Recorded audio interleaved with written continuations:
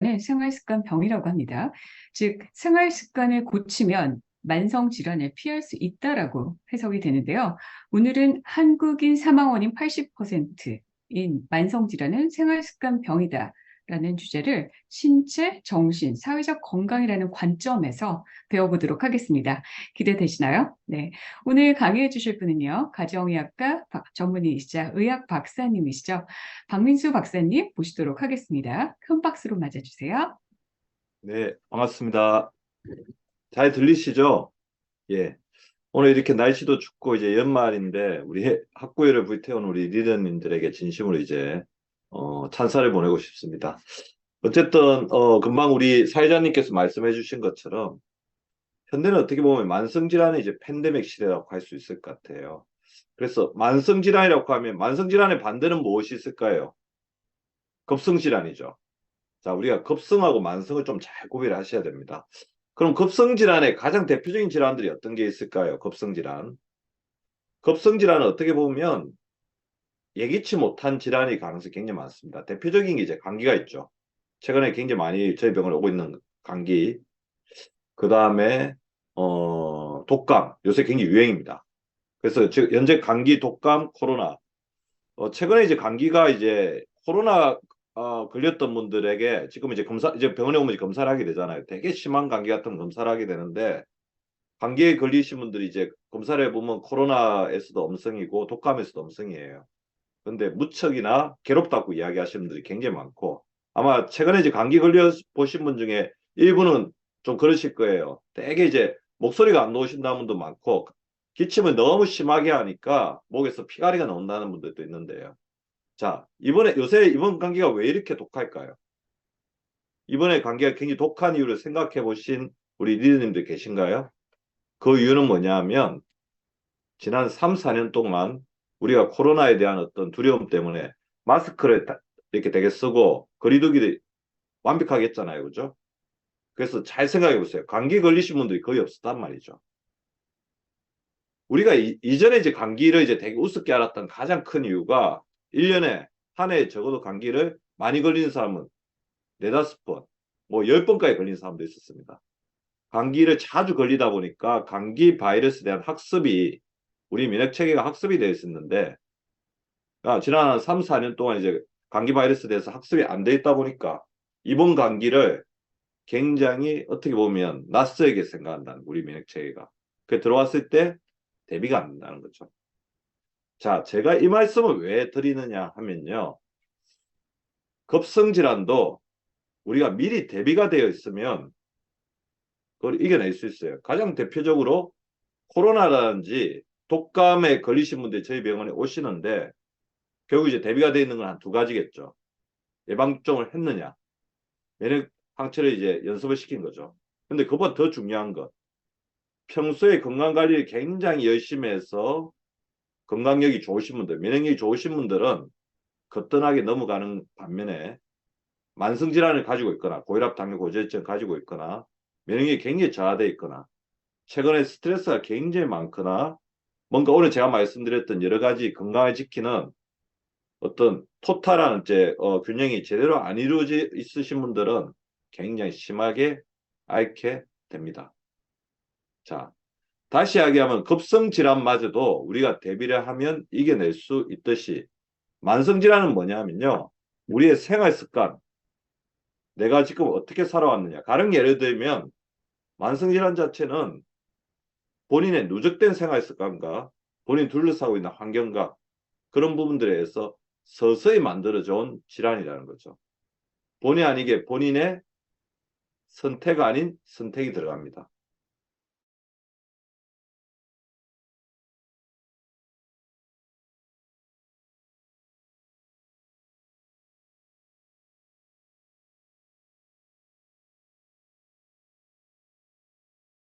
(1900) 년도 초에만 해도 우리나라 사망 원인 1위가 뭔지 아세요?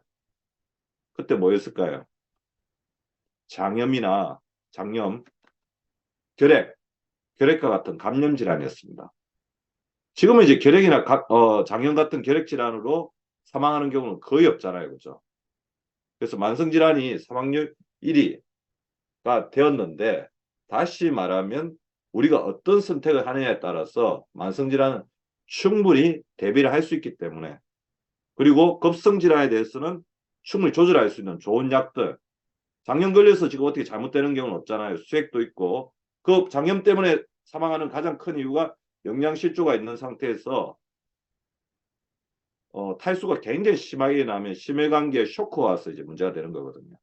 그래서 항생제라든지 수액과 같은 엄청난 이제 의료 기술적 발전이 있기 때문에 그 부분으로 잘못된 가능성은 거의 없는 시대가 되었는데, 다시 이야기하면 우리 만성질환도 우리가 아까 제가 말씀드린 것처럼 우리 리더님들이 어떤 선택을 하느냐에 따라서 충분히 예방하고 극복하고, 만약에 만성질환이 걸렸다고 하더라도 잘 관리를 할 수 있는 시대가 되었다는 겁니다.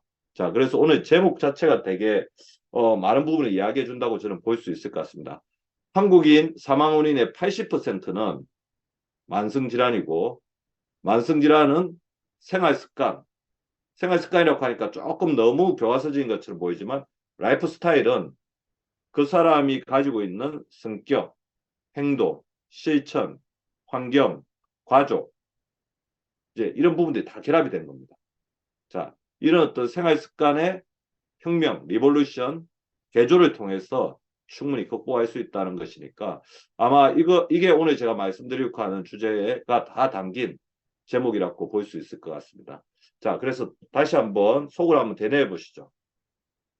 생활 습관 혁명으로 만성질환을 극복하자. 내가 가지고 있는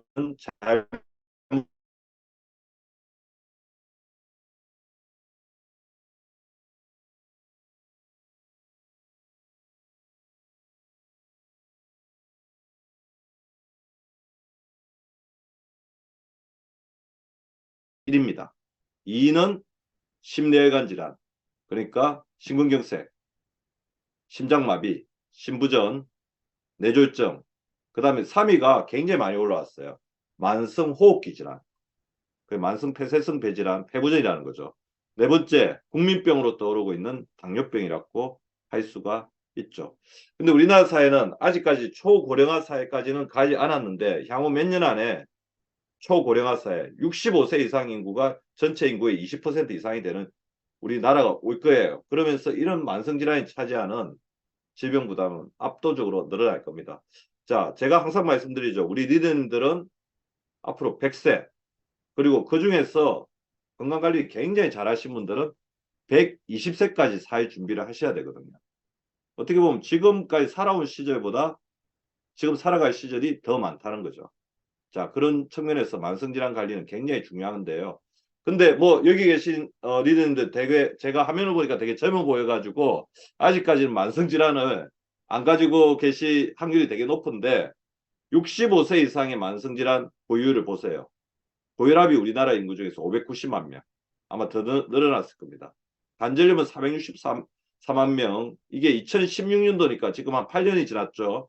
아마 500만 명, 600만 명까지 늘어났을 거예요.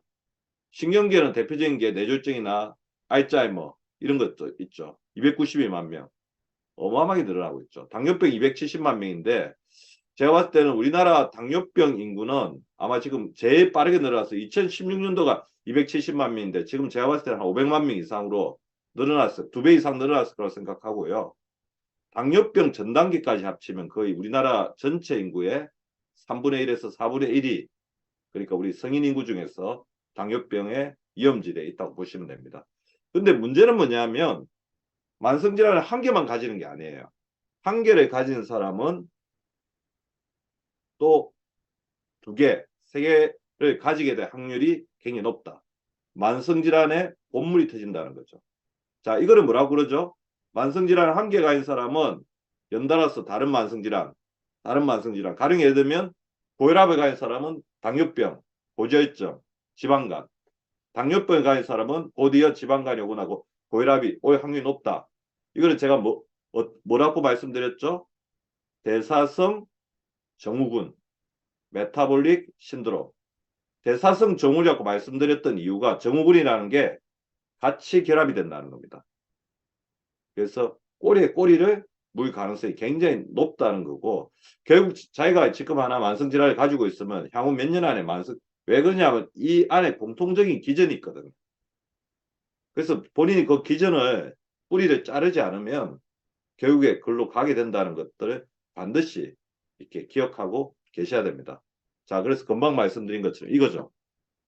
우리는 굉장히 무수한 건강 이력, 오래 살게 되면서 그 다음에 우리가 산업화를 많이 이루게 되면서 우리 인류가 어쩔 수 없이 편리를 추구하면서 지구상에 있는 생태계를 많이 파괴하게 되면서 이런 건강 위협적인 요소들은 굉장히 늘어나고 있다는 거죠. 당장 매연이라든지 지구의 온난화로 인해서 지구를 둘러싸고 있는 대기층이 파괴되면서 자외선이 바로 이렇게 오존층을 파괴해가지고 우리 대기로 이제 들어오는 확률이 굉장히 높아졌고 전 지구적으로 그래서 온난화가 굉장히 강력하게 진행이 되고 있고요. 그 다음에 지구의 파괴 현상, 대표적으로 이제 우리가 한 3년 동안 경험했던 코로나 증상 같은 경우도 우리가 자연을 파괴하면서 자연 속에 숨어있던 그런 종들이 또 우리 인류의 생태계 속으로 들어오면서 이렇게 혼종이 되면서 생긴 질환이었거든요. 자, 그런 부분들이 굉장히 광범위하게 일어나고 있고 제가 항상 말씀드리고 있던 대기오염, 가장 대표적인 게 미세먼지죠. 해양오염, 미세 플라스틱. 지금 바다는 미세 플라스틱이 다 장악했다고 보시면 됩니다. 그 다음에 토양오염, 비료, 농약, 중금속, 뭐 여러 부분들이 이렇게 우리 오염을 둘러싸고 있는 거죠. 그리고 그러다 보니까 그런 오염적인 요소들은 계속해서 염증을 일으키고 더불어서 인간의 어떤 삶 자체가 굉장히 지금의 속에서는 활성산소를 굉장히 많이 만들어내는 그런 환경입니다.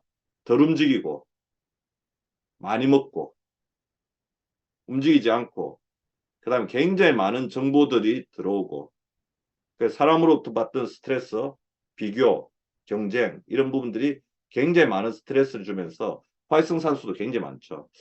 그래서 이런 부분들 자체가 다 연합이 되면서 만성염증을 일으키죠. 대표적으로 한번 가운데를 보십시오.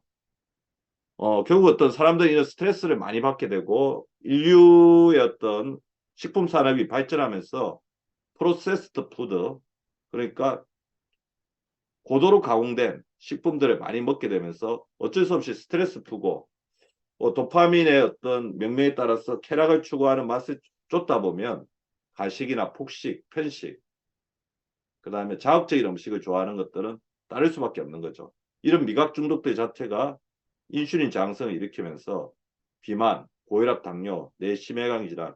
그래서 이 가운데 그림 인슐린 저항성 한번 잘 기억해 보시고요. 인슐린 저항성과 같이 동등하게 있는 미각 중독.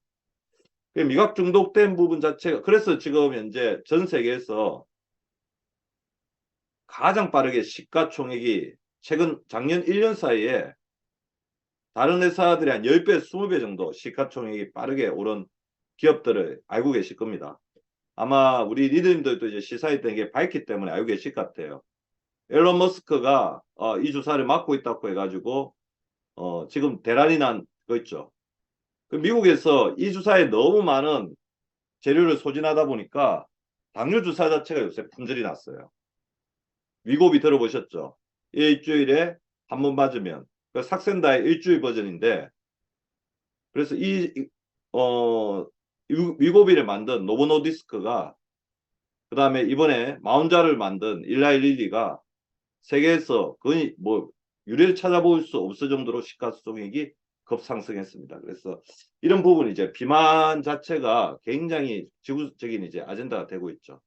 자, 이런 부분들이 연계가 되면서 우리 외부적 요인으로는 방사선, 환경오염, 음식, 약, 스트레스, 그러니까 내부적 요인으로는 이런 부분들 자체가 우리의 마이크로바이옴을 교란시키고 그다음에 활성산소가 고도로 넘치게 되면서 항산화력이 안 그래도 우리가 나이가 많이 넘어가게 되면 황산화 요소 자체가 떨어질 수밖에 없는데 황산화력 자체가 굉장히 타격을 받게 되고 이런 부분에서 우리 몸이 만성염증의 위협으로 이렇게 고통받고 있다는 거죠. 그래서 제 강의를 계속 들으셨던 우리 리더님들은 조금 아실 겁니다. 가속노화, 그 남들보다 더 빠르게 어떻게 보면 우리가 한 50세가 지나가면서는 누가 다른 사람보다 넓게 노화가 되느냐. 아니면 오히려 역노화를 하느냐. 그러지 않고 누가 노화의 직격탄을 맞느냐. 갈림길에 서 있다고 보시면 되거든요. 제가 항상 말씀드리죠. 친구들이 오랜만에 만났는데 우리 리더님들 보고 너 얼굴 되게 좋아졌어 이야기하면 진짜 잘 사신 거예요. 친구를 잘 뒀다는 이야기가 아니고 건강관리를 굉장히 잘했다는 겁니다. 그런데 다른 말로 너 요새 되게 힘들어 보인다. 너 요새 되게 아파 보인다. 우리나라 사람들이 힘들어 보인다, 아파 보인다 이야기 안에 뭐가 숨어 있는지 아세요? 너 왜 이래 늙었니? 그 이야기거든. 안 보는 사이에 왜 이렇게 늙었어? 그 이야기예요. 그거는 바로 이제 가속 노화가 일어나고 있다는 거예요. 이 가속 노화의 주범이 뭐냐면 염증입니다. 인플라 에이징, 인플라메이션하고 에이징을 합친 거고 아마 제 강의뿐만 아니라 앞으로 우리 리더님들이 어쨌든 건강 트렌드를 주도하시는 분들이니까 염증 노화라는 말을 이제 앞으로 굉장히 많이 듣게 될 거고 저는 이제 염증 노화는 뭐냐 만성 염증이 우리의 생활 속에 깊이 들어와서 우리의 마이크로바이옴과 근육과 호르몬을 노화시키는 거죠. DNA 구조를 바꾸는 겁니다. 근감소증이 일어나고 그 다음에 디스바이오시스, 마이크로바이옴의 균형이 깨어지고 그 다음에 호르몬 노화, 호르몬이 조기에 소진되고 자 호르몬 노화의 가장 대표적인 증상들은 호르몬의 균형이 깨지는 겁니다. 그래서 균형이 깨지다 보면 어떻게 되냐면 소진이 되든지 너무 압도적으로 우월하지 않아야 될 호르몬들이 굉장히 우월해지든지 가령 예를 들면 인슐린이 굉장히 중요하지만 인슐린이 노화될 때는 어떤 과정을 먼저 거치는지 아세요? 기능을 상실한 저항성 상태가 된 인슐린이 우리 몸속에 넘칩니다. 오히려 많아지는 거죠. 많아지다가 나중에 씨가 마르죠. 소진이 되는 거죠. 그게 일형 당뇨병이고. 그래서 지금 뭐 저희 병원에서 진료를 하다 보면 성장 호르몬 그리고 성장 호르몬 재료, 그래 성호르몬의 재료가 되는 DHEA가 이미 거의 없는 분들이 굉장히 많아요. 호르몬 노화가 이미 일어났다는 거죠. 자, 이런 부분들 자체가 염증 노화를 가진 사람들에게서 나타나는 거고 이런 분들은 가속 노화가 될 수밖에 없다는 거죠. 제가 아까 말씀드렸죠. 그래서 대사성 증후군 체인, 꼬리를 물고 있다. 메타몰릭 신드롬은 사실 어떻게 보면 대사성 증후군, 고혈압, 당뇨, 고지혈증은 우리 조직 내, 세포 내 내피세포, 고혈압 같은 경우 이제 혈관의 내피세포, 당뇨 같은 경우는 췌장에서 베타세포를 만드는 인슐린의 세포 기능, 고지혈증 같은 경우는 혈관의 내피세포에서 산화를 방지하고 염증을 막아내는 기전이 망가져서 혈관이 어떻게 되죠? 혈관 내피세포가 두꺼워지고 좁아지고 상처를 받아서 딱딱해지는 그런 과정입니다. 근데 이거 다 연계되어 있어요. 그래서 제가 저번에 항상 말씀드린 것처럼 인슐린 저항성이 이 가운데 있는데 인슐린 저항성이 또 기본이 되는 게 뭐냐 하면 근원이 되는 게 비만이었고 근데 지금 제가 최근에 살펴보니까 단순 비만이 아니라 근육이 점점 약해지는 비만입니다. 근감소성 비만, 다른 말로 하면 마른 비만이죠. 근육이 어느 정도 받쳐주는 비만은 견뎌내는 힘이 있어요. 그리고 그렇지만 결국에 우리가 그거를 빨리 해결하지 않으면 어떻게 되냐면 그 지방세포 자체가 근육을 갉아먹죠. 지방세포가 근육에 쌓이죠. 그거를 무슨 지방이라고 하냐면 이소성 지방이라고 하죠. 이소성 지방 들어보셨죠? 원래 지방은 어디에 있어야 됩니까? 내장 지방이 있어야 되죠. 내장 지방이 있어야 되는데 이소성, 달을 이자, 장소 소자 있어서는 안 될 장소에 있는 지방을 이소성 지방이라고 하는 거예요. 대표적으로 이소성 지방의 1번 간이죠. 지방간. 왜냐하면 우리가 영양소를 섭취하면 그게 글리코겐으로 저장이 돼야 되는데 필요 이상 섭취하게 되면 지방으로 쌓는다는 거예요. 지방간. 두 번째 췌장, 콩팥, 심장, 근육 이렇게 있어서는 안 될 곳에 쌓인 지방들은 그 장기를 공격하게 됩니다. 대표적으로 이제 혈관 안에 쌓이면 그게 동맥경화증이 되는 거하고 똑같은 거죠. 자, 그런 부분들의 조절을 해줘야 되는 거죠. 자, 그래서 제가 이거를 이겨내려면 어떻게 해야 되냐. 제가 지금 추구하고 있는 건강기능학하고도 조금 다 있는데요. 자, 영어로 되어 있지만 제가 혈액 검사를 분석하는 방식입니다. abnormal no value.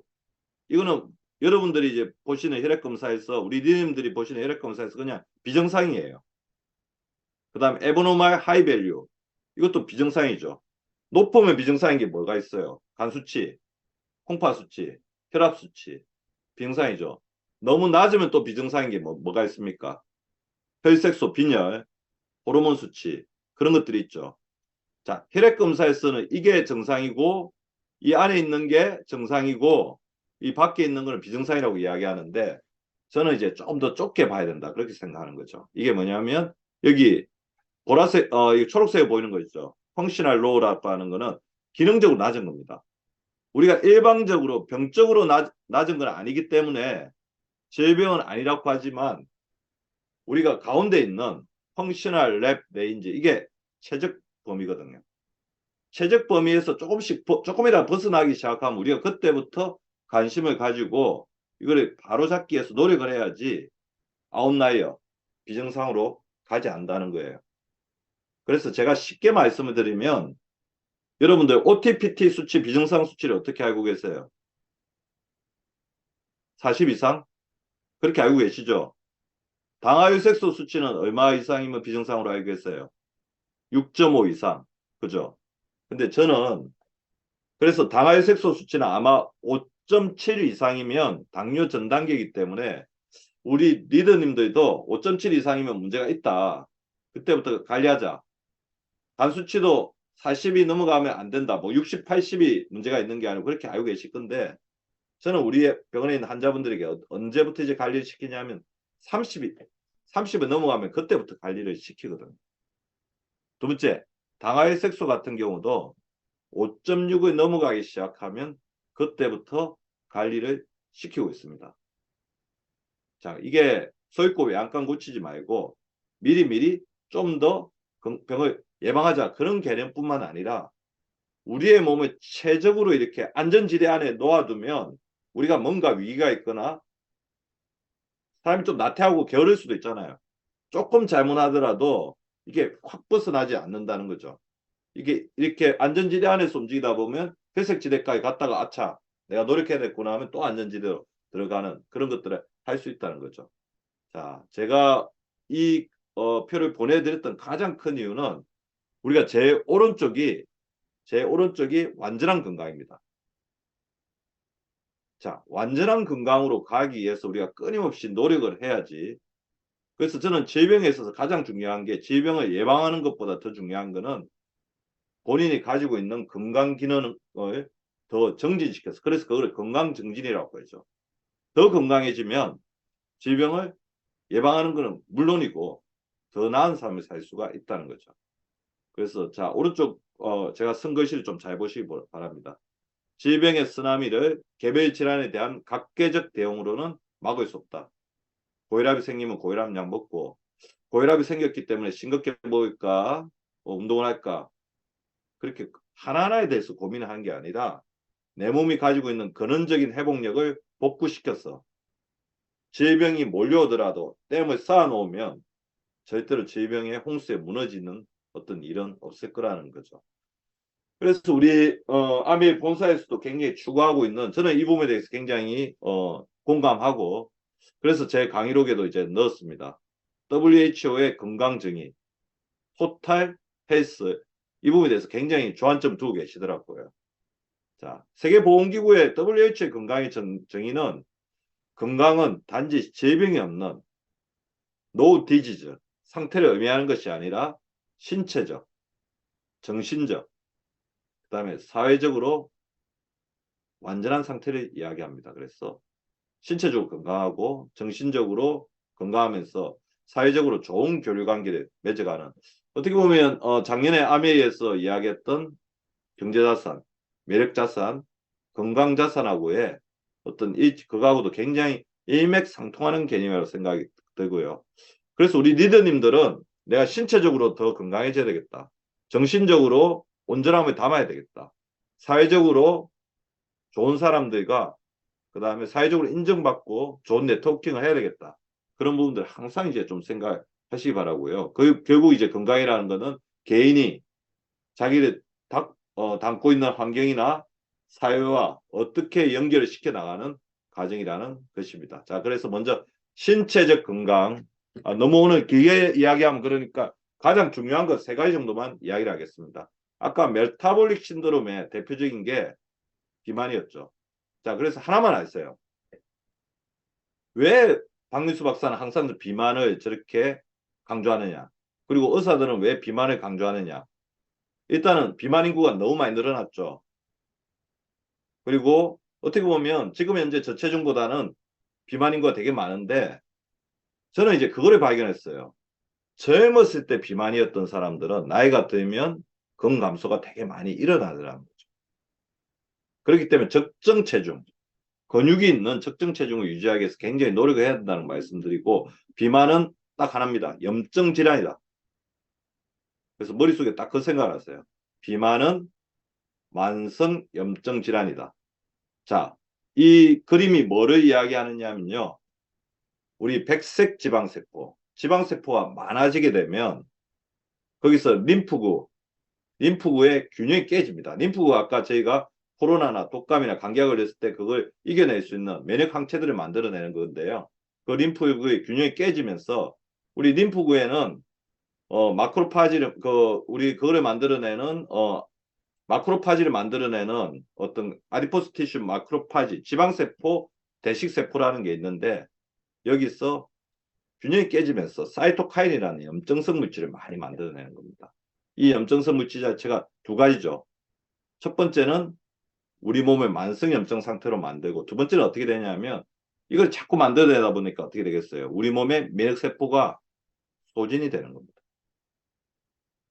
그래서 자가 면역 상태와 면역계의 소진 상태 두 개를 같이 일으키게 된다는 거죠. 자, 그래서 지방세포의 염증에 의해서 인슐린 저항성, 그래서 당뇨병도 만들고 당뇨병은 인슐린 저항성이거든요. 인슐린 저항성이라는 건 뭐냐면 우리 몸이 인슐린을 거부하기 때문에 인슐린이 제 기능을 못하는 즉 세포 속에 우리 몸을 먹여 살리는 에너지원인 포도당을 못 집어넣기 때문에 세포는 굶어 죽고 그 다음에 우리 혈액 속에 돌아다니는 당과 인슐린은 우리 몸을 공격하는 염증성 당으로서 작용하는 거죠. 그래서 각종 혈관 질환을 일으키는 것. 그래서 연결고리로서 연쇄적인 고리로서 고지혈증. 왜냐하면 당뇨가 이렇게 우리 혈관 속에 돌아다니면서 혈관에 찌르면 혈관에 상처가 나면 거기 백혈구, 혈소판, 그냥 콜레스테롤이 달라붙습니다. 그러면서 동맥경화증이 시초가 되는 거고 그래서 혈관이 좁아지고 딱딱해지고 그다음에 혈액에는 당, 설탕과 기름이 이렇게 넘치게 되면 혈액순환이 잘 안 되겠죠. 거기다가 우리가 소분 섭취를 많이 해가지고 우리 뭐 혈액 아래에 있는 볼륨이 빵빵하게 늘어나게 되면 혈관을 굉장히 센 압력으로 공격하는 고혈압까지 같이 발생하게 된다는 거죠. 그래서 저는 이제 비만을 치료하기 위해서는 뭐 제일 중요한 게 적절하게 먹는 것, 절식을 하고 운동을 많이 하는 것도 중요하지만 렙틴 장성도 굉장히 중요합니다. 왜 그러냐면 적절히 먹고 운동을 하는 것도 이제 결국에 렙틴 장성을 개선하기 위한 건데 렙틴 장성 한번 들어보셨어요? 자, 렙틴은 어디서 나오는 걸로 알고 계세요? 맞습니다. 지방세포에서 나오죠. 우리 몸에서는 식욕을 조절하는 비만을 조절하는 두 가지 호르몬이 있어요. 근데 식욕 조절, 자, 식욕하고 반대가 뭘까요? 식욕은 먹고 싶은 생각이죠. 배가 고플 때 먹고 싶은, 배가 고플 때 먹고 싶은 생각이 있어야 우리가 먹을 거 아니에요. 그죠? 안 그러면 인류가 생존할 수가 없어요. 사람이 생존할 수가 없어. 자, 우리 몸에 음식이 칼로리가 부족하기 때문에 위가 비었기 때문에 음식을 들여보내다 이렇게 보내는 신호를 보내는 게 뭐냐면 위에서 나오는 그렐린이라는 호르몬입니다. 그렐린 들어보셨죠? 그렐린 호르몬이 내돌아면 배가 고프니까 음식을 먹어. 그래서 허겁지겁 음식을 이제 찾으러 가죠. 음식을 먹고 자 어느 정도 먹으면 그만 먹어야 되잖아요. 계속 먹으면 안 되죠, 그죠? 그만 먹어 하는 신호가 어디서 나오냐면 지방세포, 지방세포에서 렙틴을 분비해서 만들어내게 되는 겁니다. 자, 그래서 그렐린과 렙틴이 균형을 이루는데, 자, 이게 렙틴 저항성이 인슐린 저항성하고 뿌리가 같아요. 자, 인슐린 저항성은 뭐냐면 우리가 계속 먹어가지고 더 이상 저장할 데가 없으니까 간도, 그 다음에 근육도, 지방세포도 안 돼. 거부해서 인슐린이 기능을 못하는 것처럼 우리가 계속해서 먹다 보면 어떻게 되냐면 우리가 지방세포에서 그만 먹으라는 신호를 계속해서 렙틴을 보내는데 우리가 무시하고 먹어버리죠. 그럼 지방세포가 점점 늘어나죠. 그럼 어떻게 됩니까? 우리 몸이 지방세포의 명령, 그만 먹으라는 신호를 이제는 무시해버려요. 그래서 그만 먹어야 되는데 그만 먹지 못하게 되는, 충분히 먹었는데도 포만감을 느끼지 못하는 상태가 바로 렙틴 저항성 상태고, 그거는 우리가 가식이나 폭식을 해서 지방세포가 늘어나면 늘어날수록 렙틴 저항성이 결국 더 올라간다는 거죠. 자, 렙틴 저항성을 극복하는 게 비만의 길입니다.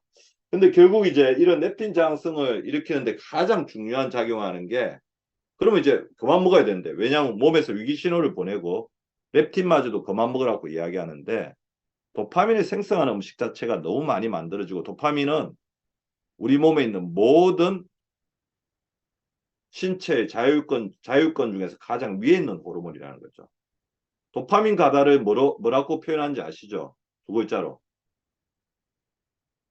도파민을 추구하는 행위를 뭐라고 합니까? 중독이라고 그러죠. 중독. 왜냐하면 도파민은 기분이 좋게, 행복하게, 우리가 쾌락을 느끼게 하는 호르몬이에요. 그러니까 우리가 음식 중독에 빠지는 것, 쇼핑 중독에 빠지는 것, 마약 중독에 빠지는 게 바로 도파민 중독이에요. 자, 우리가 마약을 먹으면, 마약을 이렇게 섭취하게 되면 머릿속에 도파민이 확 분비됩니다. 그래서 뭐 그렇죠. 기분이 뭐 좋아진다, 뿅 간다 소리 하는 것처럼. 그래서 도파민, 그러면 그때 기억을 잊지 못해서 본인이 우울하거나 기분이 나쁘거나 그럴 때는 또 그거를 찾게 된다는 거죠. 그래서 대체로 보면 스트레스가 많은 사람이 그런 어떤 위험한 약물에 빠지는 거죠. 자, 이렇게 중독이란 건 뭐냐면 본인이 그만해야 된다는 것을 알면서도 불구하고 점점 신체적, 정신적으로 의존이 되고, 끊게 되면 금단 증상을 일으키고, 근데 하면 할수록 만족감을 못 느끼기 때문에 더 강력한 자극을 원하게 되고, 그 내성, 금단, 의존, 내성이죠. 그래서 그거의 최고봉이 마약인 줄 알았는데, 마약 못지않게 위험한 게 두 가지가 있죠. 담배. 담배는 그래서 합법화된 마약이라고 보시면 됩니다. 담배. 니코틴은 우리가 알고 있는 그런 마약들, 뭐 헤로인이나 암페타민보다 더 그게 어딕션이 강해요. 오존성이. 그 다음에 그것 못지않게 강한 거, 음식입니다. 음식. 왜 그러냐면 음식은 사람이 이걸 먹었을 때 생존을 해야 되기 때문에 우리 음식에 대해서 우리 뇌는 굉장히 강력하게 반응을 하게 돼 있어요. 그래서 조금이라도 좋은 게 들어오면 그거에 대해서 굉장히 추구를 하게 되는 거죠. 그리고 음식은 뭡니까? 합법이잖아요. 그러니까 합법적으로 어떤 음식을 먹었을 때, 내가 스트레스 엄청 받았을 때 이 음식을 먹었는데 기분이, 도파민이 쫙 분비되면서 기분이 좋아. 그럼 나중에 조금만 힘든 일이 있어도 도파민을 찾게 된다는, 또 도파민을 분비하는 음식을 찾게 된다는 거죠. 그거를 뭐라고요? 아까 음식 중독, 미각 중독이라고 하는 겁니다. 자, 대표적인 음식, 짠맛.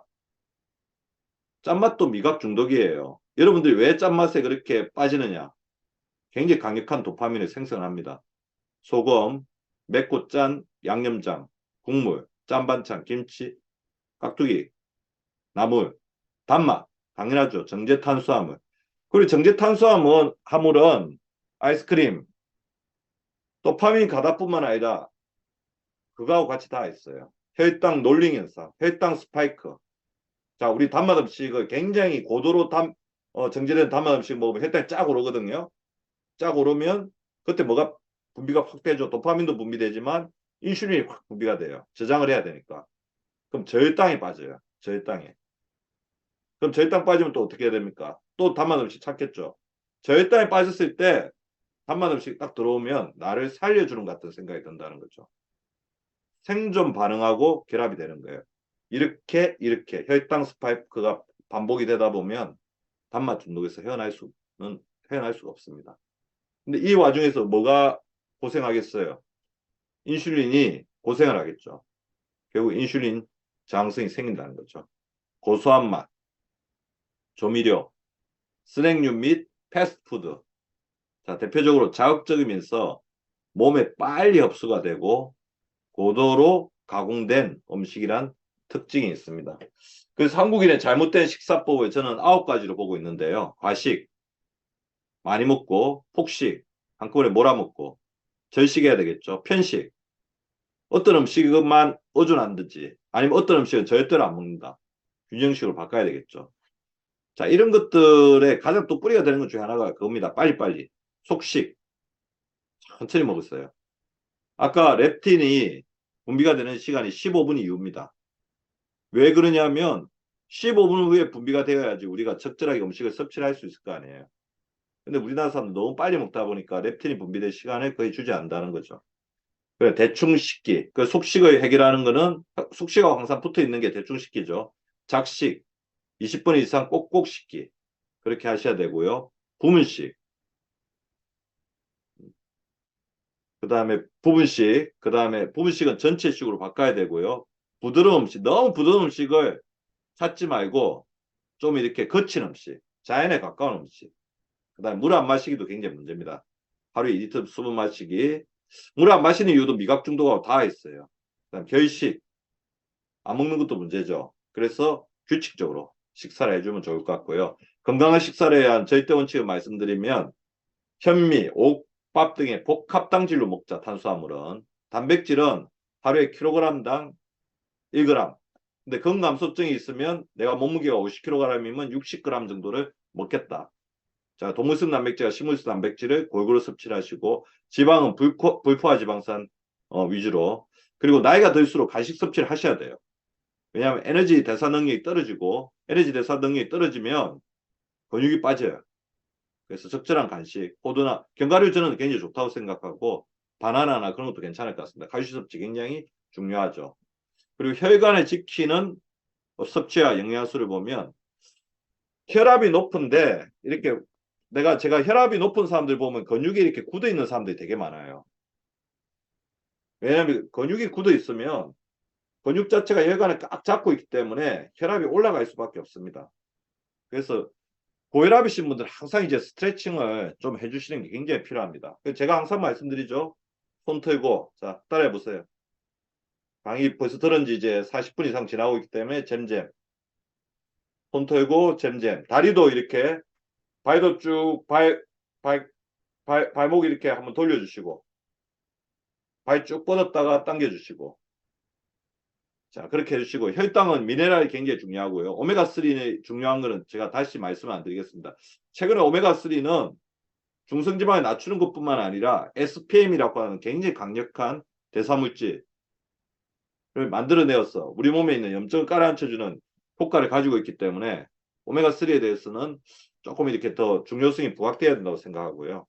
비타민 B도 굉장히 중요하죠. 그래서 비타민 B는 아까 제가 말했던 단백질 섭취를 할 때 같이 들어오지만 특히 당독소가 많은 사람들에게서는 비타민 B가 굉장히 역할하게 됩니다. 자, 아까 대사증후군 체인이 있다고 한다면 우리는 뭐로 맞서야 되느냐? 항산화 체인으로 맞서야 됩니다. 자, 항산화 체인은 뭐냐면 항산화 영양소들은 같이 있을 때 더 시너지를 발휘한다는 거죠. 항산화 영양소에 우리가 숨겨진 히든 챔피언이었고 최근에 이제 부각되고 있는 글루타치온도 혼자 있을 때는 힘을 발휘 못해요. 글루타치온은 산화와 한은을 반복되면서 한은일 때 다른 물질을 산화되는 걸 막아주는 항산화 작용을 하고 그러면 그 자신이 또 산화가 되고 그러면 이게 산화된 글루타치온이 다시 환원되는데 필요한데 그때 도와주는 게 바로 이 가운데 있는 비타민 E, 비타민 C, 셀레늄이라는 겁니다. 그래서 식물성 영양소의 중요성이 지금 굉장히 늘어나는 거죠. 항산화 체인을 가동시키는 것은 식물성 영양소를 골고루 섭취하는 것이다. 비타민 A, 비타민 C, 비타민 E. 자, 그렇게 외우세요. 비타민의 에이스. 비타민 A에는 계란 노른자, 간, 두부, 견과류. 비타민 C는 뭐 다 아시듯이 채소, 과일. 비타민 E는 녹색잎 채소, 특히 브로콜리나 양상추 같은 이런 채소들. 그 다음에 식물성 식용유. 자, 이런 부분들에 같이 들어 있습니다. 자, 물론 이제 영양소로 섭취하는 게 가장 바람직하고, 음식으로 섭취하는 게 가장 바람직하고요. 부족한 부분은 농축된 그런 어떤 천연 비타민으로 같이 커버를 해주는 게 굉장히 중요하겠죠. 카로티노이드, 폴리페놀, 셀레늄 이런 부분에 미네랄도 잘 섭취를 해야지 항산화 체인이 돈다는 거고, 뭐 두말할 나위 없이 제가 가장 강조하는 거는 근육을 지키자. 그래서 근육을 지키는 적정기는 언제일까요?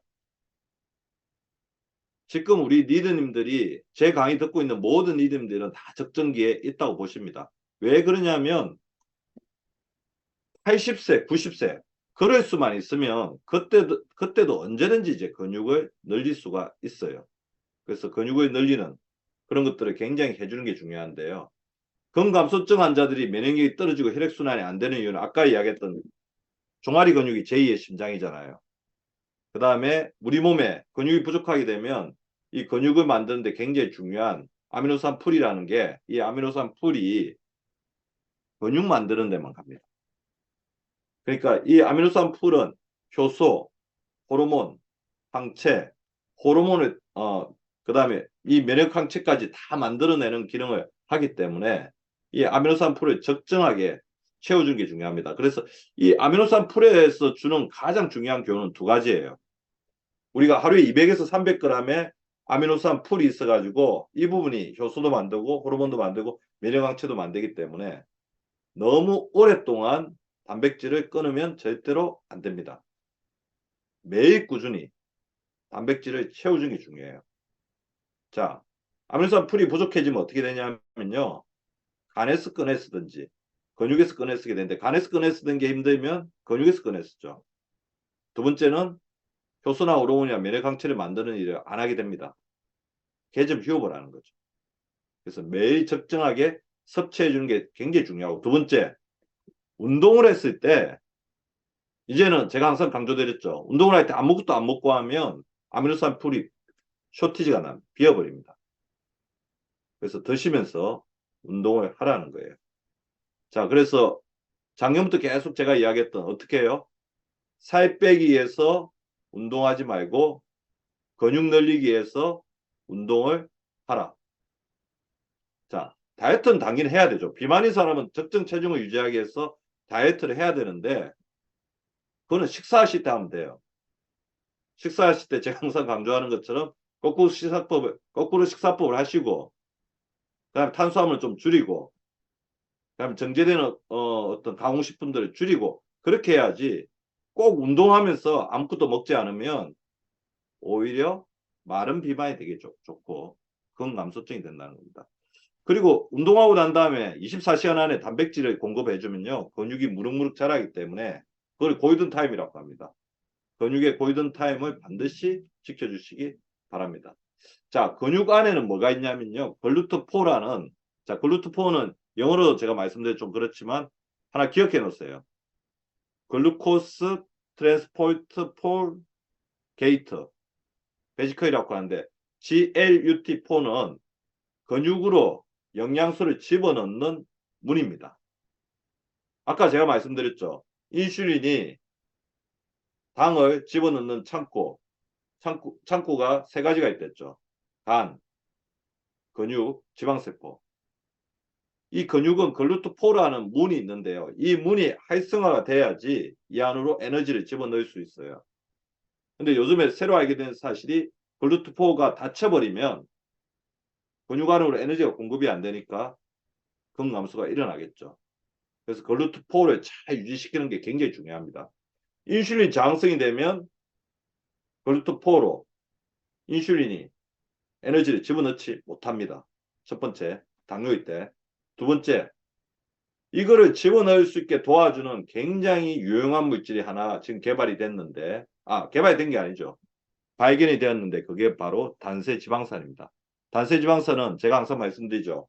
유산균이 식이섬유나 올리고당을 이용해서 만든 최종 대사산물인데, 자, 보시면 굉장히 많은 활동을 해요. 암세포를 자가사멸. 암세포가 발견되면 암세포가 우리 몸에서 계속 만들어지지만 우리가 암에 걸리지 않는 가장 큰 이유는 자가사멸 기전을 작동시키기 때문입니다. 자가사멸 기전. 암세포가 발견되면 우리 면역세포에서 DNA에서 프로그래밍화된 것들이 자, 이게 사멸되라고 이렇게 명령을 내리는 거죠. 자, 두 번째, 렙틴 분비로 인해서 비만을 억제하고, 그 다음 활순산소종을 제거하는 이런 작용들을 하는 게 단세 지방산. 자, 영어로는 S, 숏체인 패티애시드니까 SCFA. 이건 하나 기억해 놓으십시오. SCFA. 따라해 보세요. SCFA, 단세 지방산. 유산균이 식이섬유를 이용해서 만든 체용산물인데, 이게 아까 말씀드렸던 골루토포를 활성화시키는 굉장히 중요한 작동을 합니다. 자, 그래서 우리가 마이크로바이옴이 건강한 사람이 어떻게 됐어요? 근육이 잘 자랄 수 있는 조건이 이렇게 되는 거죠. 무슨 말인지 알겠죠? 자, 미생물에 의해서 생성된 단세지방산은 대장점막세포에 에너지를 제공하고 대장점막을 유지하며 면역세포의 활성을 증가시키고 혈당과 콜레스테롤을 정상 수준을 만드는 데 도움을 준다고 알려져 있었는데, 제가 다양한 연구를 해서 살펴보다 보니까 이 SCFA가 근육으로 영양소가 잘 들어갈 수 있게 하는 이 문을 열어주는 작동을 한다. 자, 그래서 근육이 잘 자라지 않는 사람들은 마이크로바이옴에 집중해야 된다. 그렇게 말씀을 드릴 수가 있는 거죠.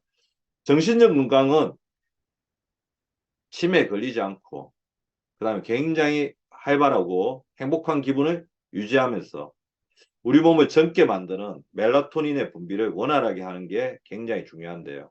자, 그러려면 제가 아까 도파민을 이야기했지만 도파민이 나쁜 게 아니에요. 우리 몸에 쓰는 나쁜 건 절대로 없습니다. 그죠? 활성산소도 좋은 놈이에요, 나쁜 놈이에요? 원래는 좋은 놈이에요. 활성산소가 만들어지는 가장 중요한 이유가, 방송에서 제가 이해를 돕기 쉽게 하기 위해서 산소의 찌꺼기라고 하지만, 이 활성산소가 왜 조물주가 이제 찌꺼기가 나오게끔 우리 인류를 프로그래밍 했겠습니까? 그 찌꺼기 자체가 나왔을 때는 이 산화력을 가져가지고 암세포라든지 세균이나 바이러스를 먼저 죽인다는 거죠. 그런데 현대인의 환경 자체가 활성산소가 너무 많이 만들어지다 보니까 정상세포까지 공격을 하는 거죠. 도파민도 굉장히 중요한 거예요. 도파민 없는 사람은 뭔가 성취를 느낄 수가 없어요. 그리고 활동을 할 수가 없습니다. 도파민이 결여된 대표적인 질병이 뭔지 아시죠? 파킨슨병이에요. 움직일 수가 없다는 거죠. 적절한 행동을 할 수가 없다는 거죠. 두 번째, 세로토닌, 행복감, 안정감, 수면, 식욕, 감정을 느끼죠. 노르에피네프린은 우리가 바로 앞에 있는 적과 싸울 수 있는 힘을 주는 집중력, 전투력 호르몬입니다.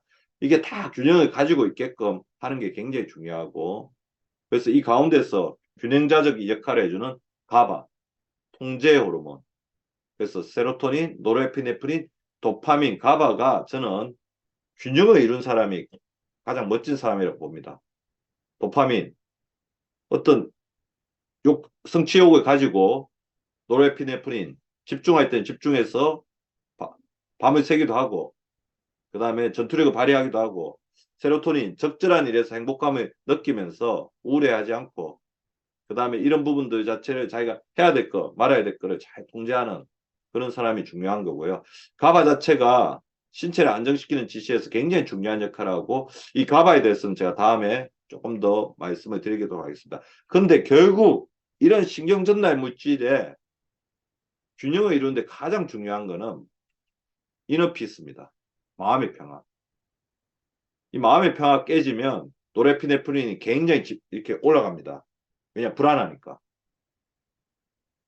걱정하거나 불안하면 이 상황을 위기 상황으로 파악하거든요. 생존 반응이 올라가죠. 노르에피네프린이 이렇게 막 분비가 되기 시작하죠. 그러면서 뭔가 자기가 이 상황에서 스트레스 받기 때문에 이겨내야 되죠. 그럼 도파민을 추구하는 행위 쪽으로 쭉 간다는 거죠. 그러면 세로토닌이 셧다운 되고 이러면서 다 깨지는데 이거에 가장 중요한 게 스트레스죠. 우리 리더님들이 아시는 것처럼 스트레스인데 결국 스트레스는 한 세 가지 정도인 것 같아요. 그리고 이 세 가지 중에서도 가장 중요한 건 걱정인 것 같습니다. 걱정은 뭐냐면 내가 어떻게 될까? 내가 사랑하는 사람들이 어떻게 될까? 나의 내일이 어떻게 될까? 나를 다른 사람이 어떻게 생각할까? 내가 하고 있는 일이 바른 일인지 그런 생각들에서 비롯되죠. 그 적정한 걱정은 필요하겠죠. 근데 너무 많은 걱정. 근데 사람은 어쩔 수 없이 걱정하면서 살 수밖에 없는 존재이기 때문에 최대한 이제 걱정을 줄이는 게 저는 굉장히 중요하다고 생각해요. 우리 현대는 걱정의 가다의 시대이기 때문에. 그래서 이 연구에서 굉장히 중요한 거 있었죠. 우리가 걱정을 실체를 분석을 해봤더니 96%가 어떤 걱정? 쓸데없는 걱정이었다는 겁니다. 절대로 발생하지 않는 일 40%. 이미 일어난 일에 대해서 걱정을 해요. 이거는 걱정이라고 뭡니까? 후회죠. 후회. 나중에 또 그러면 어떻게 하나? 내가 왜 그랬을까? 그리고 별로 신경 쓸 일이 아닌 것. 다른 사람들 봤을 때는 아무것도 아닌데 뭐 저런 거 걱정하고 근데 뭐 본인한테 중요한 걱정일 수 있어요. 어떻게 바꿀 수 없는 일에 대한 걱정 4%. 사실상 해결할 수 있는 일에 대한 걱정은 4%밖에 없다는 겁니다. 자, 그래서 저는 한 세 가지 정도만 말씀을 드리겠습니다. 걱정이 있으면 이 걱정은 시간이 지나면 줄어든다. 두 번째, 내가 하고 있는 걱정이 다른 사람도 하고 있다. 그 특별한 게 아니다. 나만 걱정한 게 아니다. 세 번째, 그럼에도 대해서 걱정이 되면 이거는 할 만한 가치가 있는 걱정이다. 그렇게 세 가지를 해보시고요. 걱정을 줄이려면 머리를 좀 단순화시켜야 됩니다. 그래서 제가 항상 강조드리는 생각 중지 훈련. 눈을 감고 머릿속에 생각이 떠오르면 생각하지 말자. 생각 그만. 자, 코로 들이마시고 입으로 내쉬고. 뭐 코로 들이마시기 힘들면 입으로 들이마시고 입으로 내셔야 됩니다. 자, 이거를 시간이 날 때만 좀 해보세요. 천천히 숨을 내쉬다가 춤 내쉬는 순간 머릿속이 완전 비어진 걸 느끼실 건데 우리가 100세까지 살려면 있잖아요. 뇌를 비워야 됩니다. 뇌를 꽉꽉 채우면 나중에 뇌가 그냥 터져버려요. 뇌를 그러니까 비우는 생각을 해주시기 바라고요. 왜 그러냐면 이 걱정에 사로잡히면 코티졸 스틸이 일어나요. 이 걱정 자체를 하게 되면 스트레스 호르몬 코티졸이 많이 만들어지는데 이 코티졸이 많이 만들어지다 보면 우리 몸에서 성호르몬, 성장 호르몬, 필요한 호르몬을 만들어야 되는 DHEA가 코티졸 만드는 쪽으로 다 가버려 가지고 그러니까 코티졸 스틸이 뭐냐면 코티졸이 도둑질을 한다는 거예요. 우리 몸에 있는 호르몬들은. 무슨 말인지 알겠죠? 코티졸 회로 쪽으로 다 가버리니까 되는데 실제로 저희 병원에 오시는 온갖 몸이 다 아프다. 너무 어지럽다. 무기력하다. 세상 만사가 너무 힘들다. 그런 분들이 코티졸 수치가 스틸인 사람들이 되게 많아요. 자, 코티졸 스틸은 급성기에 오면 어떻게 되냐면요. 코티졸이 굉장히 높습니다.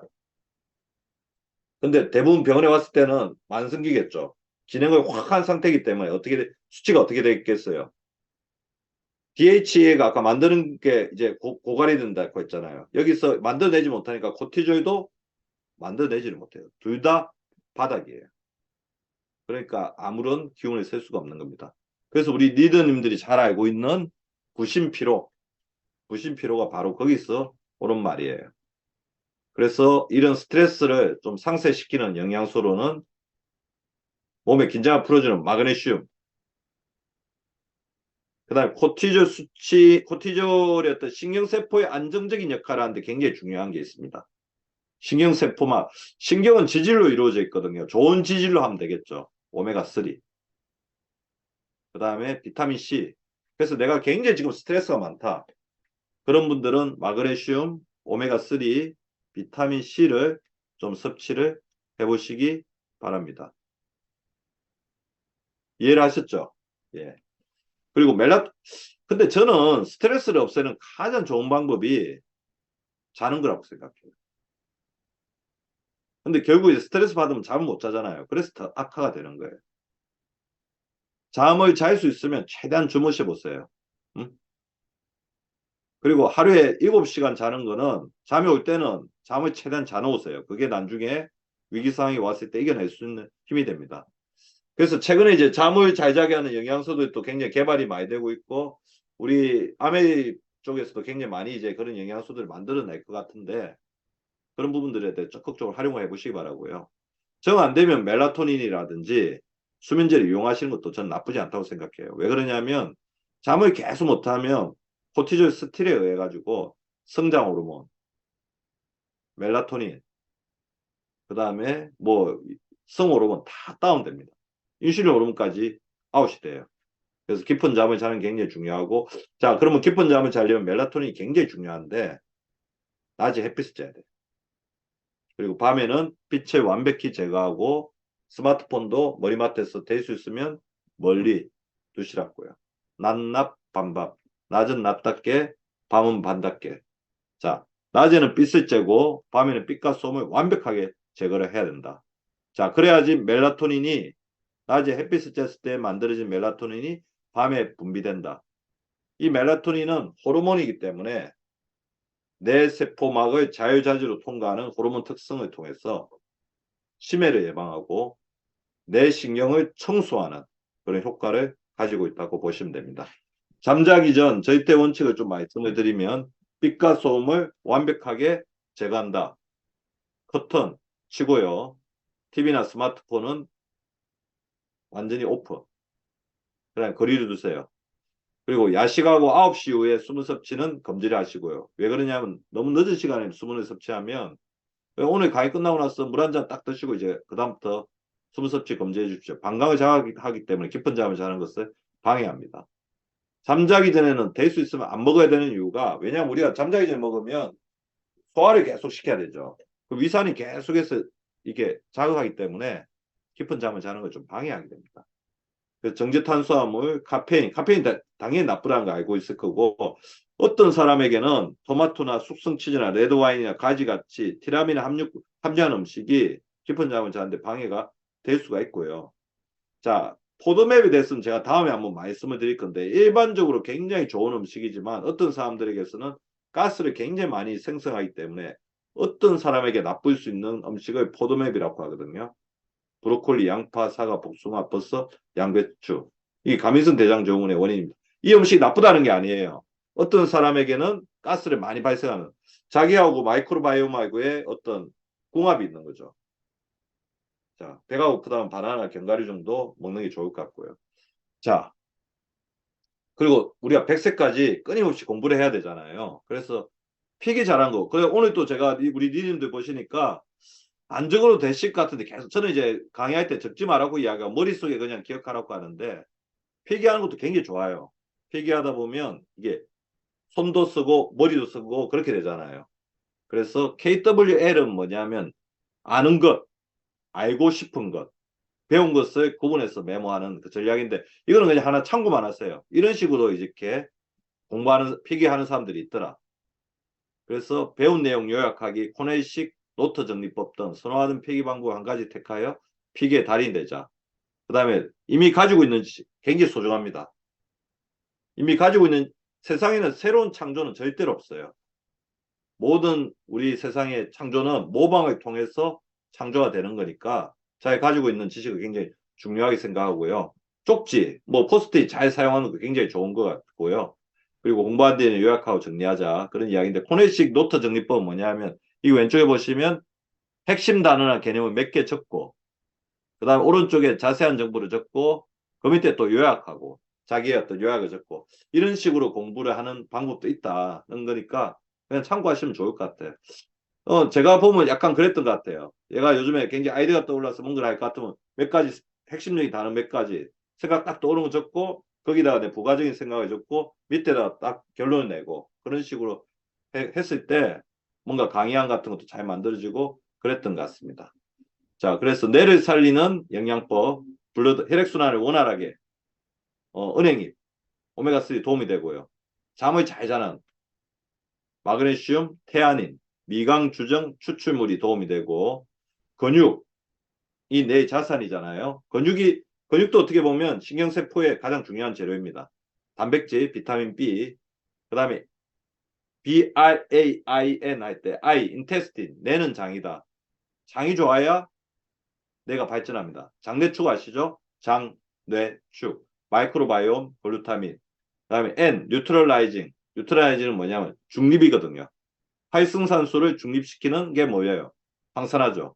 글루타치온, 셀레늄, 비타민 C가 전부 다 뇌를 살리는 브레인 영양요법. 근데 뭐 좋은 게 다 좋은 거니까 이건 우리 리더님들이 항상 잘하고 계실 것 같으니까 그렇게 하시면 될 것 같고요. 마지막으로 아까 제가 말씀드렸던 신체적 건강, 그 다음에 정신적 건강, 그리고 사회적 건강도 굉장히 중요하다고 봅니다. 제가 왜 이 말씀을 드리냐면요. 사회적으로 건강한 사람이 결국 앞에 제가 말씀드렸던 신체적, 정신적 건강을 잘 이루는 것 같아요. 왜 그러냐면 그게 바탕이 돼주거든요. 혼자서는 작업을 받거나 혼자서는 뭔가를 이렇게 꾸준히 한다는 게 쉽지 않잖아요. 그래서 사회적인 어떤 관계망을 잘 가지는 게 굉장히 중요하다고 생각하고요. 그러니까 그래서 같이 하는 운동을 하나 반드시 만드시면 좋습니다. 그래서 저 같은 경우는 뭐 골프도 괜찮은 것 같은데 같이 동반자들이 있으니까 이야기도 많이 하고 하면서 뭔가 이렇게 옆에 이야기해주고 근데 테니스도 좋고 배드민턴도 좋고 같이 걷기도 좋은 것 같아요. 요새는 뭐 공원 같은 데서 같이 걸으시는 분들도 많더라고요. 그래서 협동 운동이 뭐 치매를 예방한다. 그러니까 협동 운동 중에서도 협동 구기 운동. 구기 운동은 공을 다루잖아요. 같이 하면서 이렇게 하니까 괜찮은 것 같습니다. 그래서 뭐 테니스나 뭐 탁구나 배드민턴이나 그런 어떤 구기 운동들을 하나 정도씩 가지고 있는 것도 굉장히 좋을 것 같은데 구기 운동이 익숙하지 않으시면 다른 사람하고 같이 뭔가 어울려서 할 수 있는 운동을 좀 하시면 굉장히 좋을 것 같고요. 결국 이제 이 사회적 활동을 잘 하다 보면 이 호르몬이 늘어납니다. 그래 지금 화면에 보이시는 분들 이렇게 자기 친한 분들 많이 보이시죠?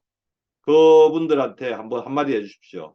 당신이 세상에서 제일 멋져 하면서 보고 당신이 세상에서 제일 멋져 박수 한번 쳐주십시오. 네. 이게 뭐냐면 이렇게 하면 우리 그 말씀을 해주신 순간에 세로토닌이 머릿속에서 확 분비가 됐어요. 그러면 이거 자체가 엄청난 면역력 효과를 가지고 있거든요. 그래서 선행이 최고의 건강이라는 게 틀린 말이 아닙니다. 제가 호르몬을 분석을 해보면 굿 디드, 선행을 한 사람들은 굿 호르몬이 됩니다. 그래서 좋은 사람들을 많이 만나고 웃고 앉는 게 중요할 것 같고요. 결국 우리 아메리에서 계속해서 이렇게 교육을 하고 좋은 기회를 많이 가지는 이유 자체가 미래 인재 6가지 조건을 우리 리더님들에게 계속해서 만들려고 하는 거죠.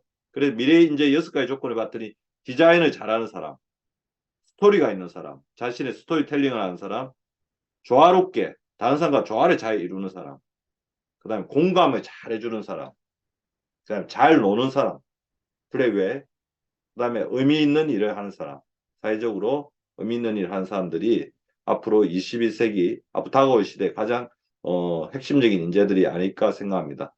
그래서 만성질환을 조금 이렇게 다시 정리를 해보면 아직까지도 만성질환에 대해서 사람들이 되게 모릅니다. 그래서 건강검진을 꾸준히 하시는 게 굉장히 중요해요.